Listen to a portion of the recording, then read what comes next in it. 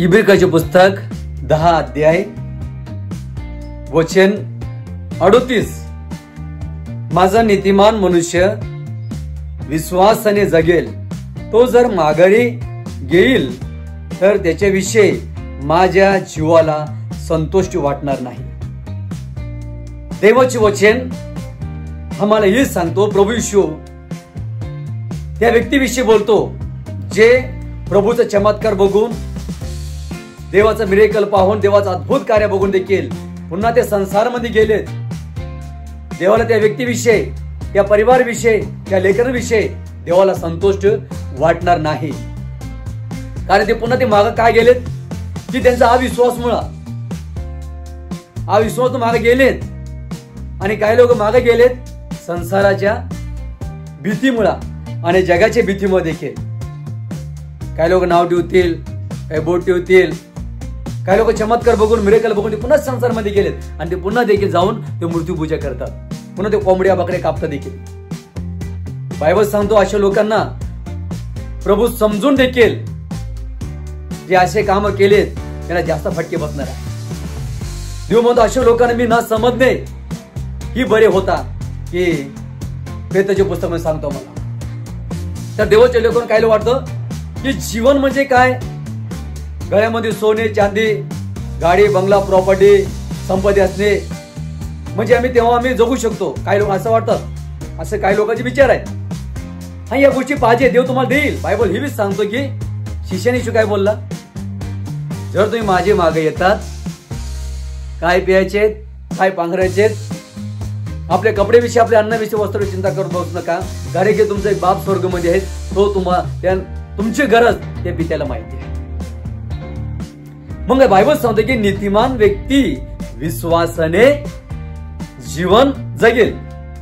काही लोक विश्वासाने 3 वर्षे, 4 वर्षे, 5 वर्षे काय असं घटना घडले गेलेत, काय झालेत, ते पुन्हा संसारमध्ये गेले, पुन्हा ते जगामध्ये गेले, पुन्हा ते दारूमध्ये वळाले त्या डुकरासारखा.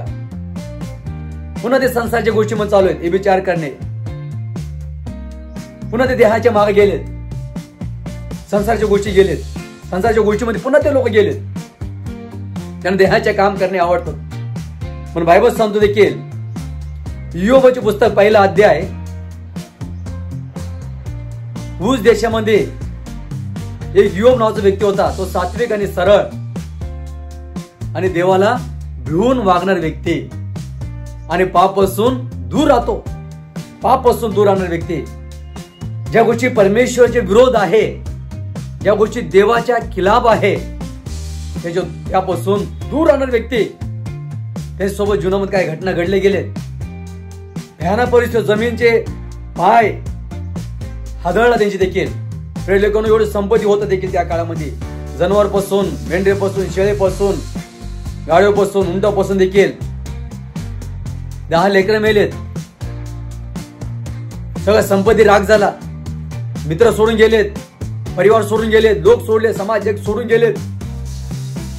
नोकरी म्हणतात देखील घरात लेकरं होते, घर कुसाळा, 10 लेकरं मरण पावले. योब त्या क्षणी कपडे पाडला. असं वाटतं की योब देवाला काहीतरी म्हणतील. पण बायबल सांगतो योबाने त्या वाच्याने, त्या बोलण्याने देवाला काय बोलला, प्रभू तू दिलास, तू घेतला, धन्य ही तुझं नाव. म्हणजे योबाने देवावर आरोपी नाही केला. कारण योब माहिती देखील प्रभूने मला दिले होते, आज ते प्रभूकडे गेले. आनंदकाल जीवन हे येशूकडे आहे. मग दुसऱ्या अध्यायामध्ये काय सांगतो, योबाच्या शरीरामध्ये मोठे मोठे पोट आजार आले. योबाची पत्नी म्हणतो, अरे बाबा देवाचं नाव सोडून टाक, अजून तू रविवारची आराधना करणे सोडली नाहीस, तू अजून तू उपास करणे सोडली नाहीस. योबाची पत्नी म्हणते, अरे देवाचं नाव सोड, मरून जाय, उपास करे, प्रार्थना कर, सोडून टाक, मरून जाय. पण योब त्याच्या पत्नीला म्हणतो, देवाकडनं फक्त सुखच घ्यायचं, काय देवाकडनं दुःख घ्यायचे नाही. म्हणून योब देखील, त्या वाचन देखील, योबाने परमेश्वर दृष्टिकोन ते पाप नाही केला. सैताने बरेच कटपट केला की योब विश्वासपासून पुन्हा संसारामध्ये जावे, पुन्हा जगात जावे. कधी लोक आज म्हणते देखील जीवनामधील अरे दर रविवारी चर्च चाललास, दर रविवारी प्रार्थना करले, भक्ती करले, आराधना करलेत आणि एवढा होऊन देखील अजून हे प्रार्थना नाही सोडलेत. जग बाजू लोक म्हणतील, जग नाव ठेवतील, पण योबचे मित्र सोडून गेले, योबचे परिवार सोडून गेलेत. पण योब त्या बिमारी ओढ आजाराला शेवटपर्यंत विश्वास योग्यता राहिला योब. पण देव त्या बिमारी त्या आजार सामने करण्यासाठी देवाने योबला बळ दिला. परमेश्वर योग पवित्र आत्म्याने शक्ती दिली असेल, योग देवा सामर्थ्य दिले असेल परमेश्वर. बायबलमध्ये अजून घटना घडतो की रूथची सासू नोमी दोन्ही लेकर मरण पावलेत आणि स्वतः मालक सुद्धा मेला. दोन्ही सून विधवा झाली, पत्नी सुद्धा मरण पावला. दुष्काळाचे कारण देखील. तर देवाचे लेखनो त्यांना एकच या लोकांना माहिती होतं की परमेश्वर गेलेत, आनंदकाळ जीवन येशूकडे आहे, यहोवा परमेश्वरकडे आहे. म्हणून बायबलला मला सांगतो, इब्रिकांचे पुस्तक प्रकटीकांचे पुस्तक 14 अध्याय वचन 13. तेव्हा स्वर्गातून झाले वाणी मी ऐकले, ते म्हणाले, ली प्रभू मध्ये मरणारे आतापासून धन्य आहेत. बायबल सांगतो, जे प्रभू मध्ये मरणारे ते आतापासून कोण आहे? धन्य. जो दारू पण मेलेत ते धन्य नाहीयेत, जो विचार करून मेलेत तो धन्य नाहीयेत, चोरी करून मेला तो धन्य नाहीयेत, जो रिश्वत घ्यायचे टेबल काढून तो धन्य नाहीयेत, त्याचे तो मरण पेले असाल. धन्य तो व्यक्ती आहे जो प्रभूच्या शेवटपर्यंत चांगले काम केला. काही लोक देवा सेवक लोक सेवा करून देखील आपले श्वास आपले जीवन शेवटपर्यंत विसरणारे देखील आपले जीवन प्रभूला देऊन टाकले. आज अनेक साक्षी देखील. काही लोक रक्तसाक्षी झालेत, काही लोक प्रभूसाठी बलिदान झालेत प्रभूच्या कार्यासाठी. बायबल सांगतो अशा लोकांना स्वर्ग मध्ये प्रतिफळ काय आहे ही खूप मोठा आहे. वचन सांगते देखील प्रभू मध्ये जे झोपलेलं आहे एक दिवस प्रभू पुन्हा उठणार आहे. तर देवाच्या प्रिय लेकांनो, आपला विश्वास कधी कसू देऊ नका, आपले धीरज कधी सोड नका, आपली हिंमत कधी सोड नका. आज तुमच्या परिवार सोबत तुमच्या घरामध्ये देखील बिकट मोठी संकट असेल, पहाड सारखा, डोंगर सारखा. देव तुमचे आज सुरू पोचणार परमेश्वर आहे. आज तुमचे मालक तुम्हाला सोडून गेले असाल, काही लोक लेकरं सोडून गेले असाल, काही लोकांची आई सोडून गेले असाल. कधी वाटतं की आता मी एकटं जीवन कसं जगू. देव या नोमी नावाचं देखील रूथची सासू देव हिंमत दिला, बळ दिला, तो विश्वास योग्यता राहिला. योबन देखील योबचा विश्वास नाही कचला, योबन धीरज नाही सोडला. योब हिंमत आणि शेवटपर्यंत विश्वास योग्यता राहिला. आज बरेच लोक, काही माझे पाहुणे, काही माझे मित्र देखील जगाचे ऐकून पुन्हा ते संसारामध्ये गेले, दुनियाचे ऐकून पुन्हा ते जगामध्ये गेलेत.